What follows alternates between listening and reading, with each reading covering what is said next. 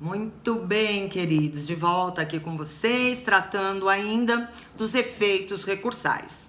Nessa videoaula, nós vamos falar do último efeito recursal a ser tratado, que é o efeito regressivo, Mais uma vez, o nome é autoexplicativo, né? Regredir, voltar, vou cometer um pleonasmo, né? Voltar atrás. Tudo bem, meus anjos? Bom, esse efeito regressivo, portanto, está ligado ao que nós chamamos de juízo de retratação.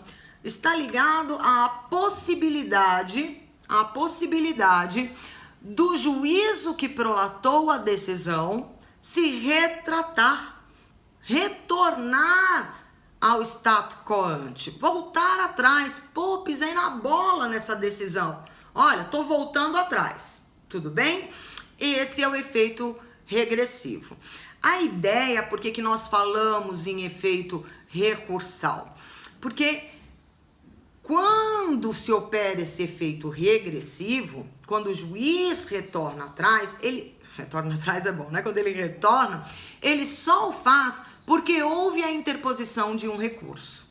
Então, vamos imaginar o seguinte: o juiz prolatou uma sentença e tornou a sentença pública, tudo bem? Ela está nos autos, ainda que as partes não tenham sido intimadas, ela já está nos autos e, portanto, já foi dado publicidade a ela. E aí ele fala: nossa, eu proferi essa sentença, mas tô arrependido, me equivoquei. Pode ele voltar atrás? Não, não pode. Não pode. Não pode.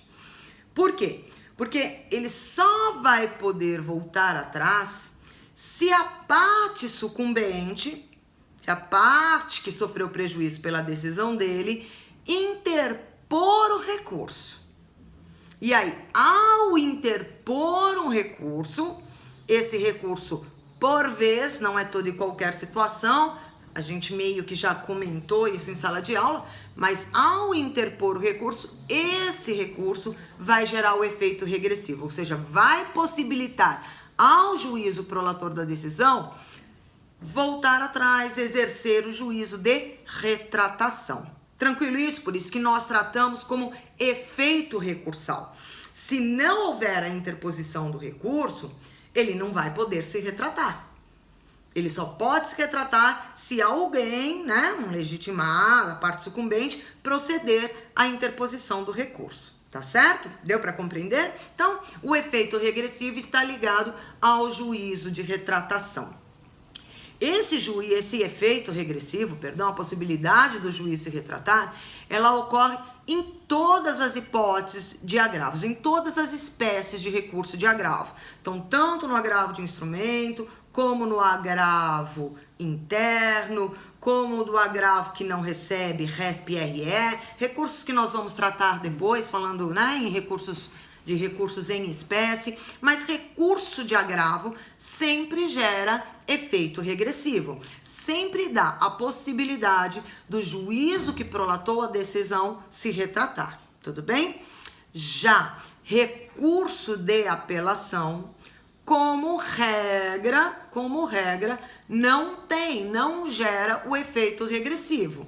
Então, uma vez que o juízo prolatou a sua sentença, uma vez que o juiz de primeira instância prolatou a sua sentença, ainda que o autor ou o réu, a parte, apele contra essa sentença, como regra, ele não pode mais se retratar. Existe uma regra que é a regra da irretratabilidade da sentença, tudo bem?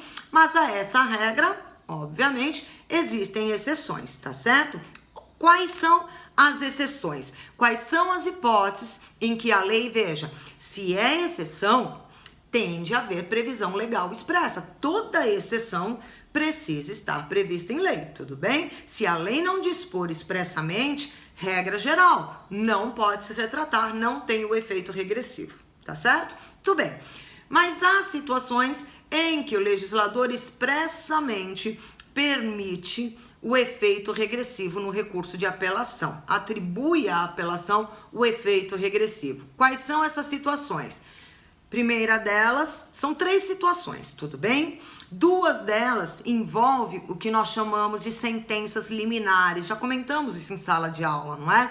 Sentenças que são proferidas antes da citação do réu. Por isso que esse nome liminar, tudo bem? Antes de formar a relação processual com a citação do réu, completar a relação processual com a citação do réu, o juiz já sentencia. Quais são essas situações? Uma hipótese de sentença sem resolução do mérito, sentença liminar sem resolução do mérito, que é a hipótese do indeferimento da petição inicial. Ajuizou uma ação, o juiz verifica um vício insanável, ou então o vício é sanável, intima o autor para emendar, mas o autor não emenda. O que ele faz? Nem recebe a petição inicial, ele indefere a petição inicial, extinguindo o processo em resolução do mérito. Se o autor não concordar, o autor poderá apelar e o juiz vai poder se retratar no prazo de 5 dias, tudo bem? Essa previsão legal da possibilidade do juízo de retratação quando a apelação é interposta contra a sentença de indeferimento da petição inicial, tá lá no artigo 331 caput. Artigo 331 caput. Tudo bem. A outra hipótese de sentença liminar, ela se dá também, obviamente, pelo nome, né? Sem a citação do réu, mas quando o juiz julga liminarmente improcedente o pedido do autor, ou seja, julgamento com resolução do mérito, ok? Vocês já devem ter estudado no curso de processo as hipóteses que permitem, que admitem ao juiz já julgar o mérito, mesmo que sem a citação do réu. Lembrando que, obviamente, ele só pode proceder ao julgamento do mérito sem a citação do réu se for para julgar o pedido do autor improcedente, porque aí o prejuízo é do autor, apenas do autor. O réu não pode ser prejudicado se ele não participou do processo e não foi respeitado o contraditório, ok?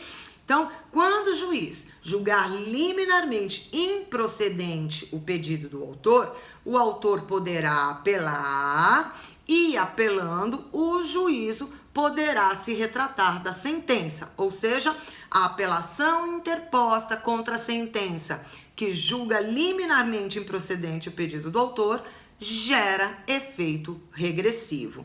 Essa possibilidade está prevista em lei e nós vamos encontrá-la lá no artigo 332, parágrafo 3º do CPC. 332, parágrafo 3º, ok? E há mais uma hipótese em que se admite o juízo de retratação no recurso de apelação. Qual é a hipótese? Sempre que a apelação for interposta contra uma sentença terminativa. O que eu quero dizer com isso? Sempre que a apelação for interposta contra uma sentença de extinção do processo sem resolução do mérito. Sentença terminativa é aquela sentença que extingue o processo sem resolução do mérito. Ela é chamada de sentença terminativa ou sentença extintiva. Tudo bem? Então, se o juiz, por exemplo, entendeu que a parte não tinha legitimidade e extinguiu o processo por carência de ação, a parte pode interpor recurso de apelação e aí tanto faz se é o autor ou se é o réu. Veja que eu não estou falando mais em sentença liminar, tudo bem? Sentença terminativa proferida a qualquer momento no processo. A qualquer momento, no início, no meio, próximo ao fim, enfim, tá certo?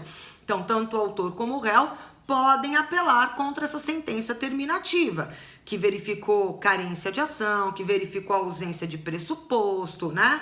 Enfim, há N situações que podem levar à extinção do processo sem a resolução do mérito. Em todas essas situações, se as partes apelarem, é permitido ao juiz, prolator daquela sentença, se retratar da sua decisão, se retratar da sentença. Ou seja, quando a apelação for interposta contra a sentença terminativa, a lei permite o efeito regressivo. A apelação vai gerar o efeito regressivo, porque a lei permite o juízo de retratação, tudo bem? Aqui também há a previsão legal, vocês vão encontrá-la lá no artigo 485, parágrafo 7º do CPC.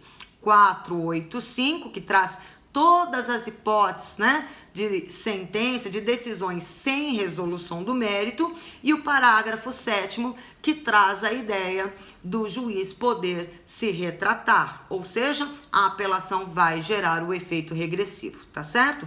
Só chamar a atenção de vocês que nessas 3 hipóteses do indeferimento, do julgamento liminar e das sentenças terminativas, a lei fala que a retratação pode ocorrer em 5 dias, né? Que o juiz pode se retratar em 5 dias.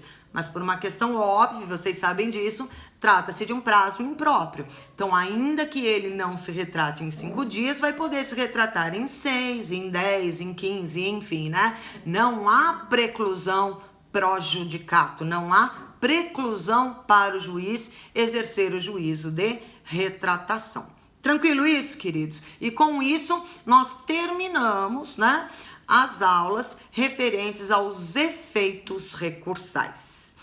Encontro vocês numa próxima videoaula. Até lá, grande beijo a todos.